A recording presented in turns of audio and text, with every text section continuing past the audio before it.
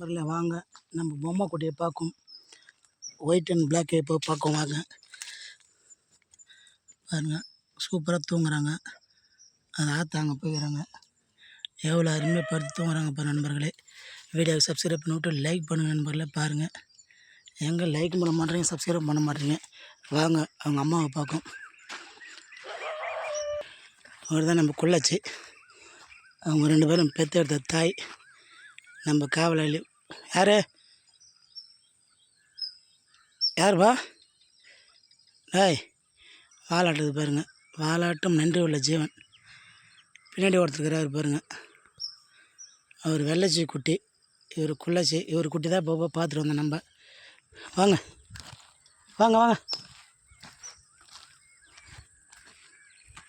வாங்க அம்மாட்ட போகலாம். வா குள்ளச்சி வா அம்மாட்ட போகலாம்.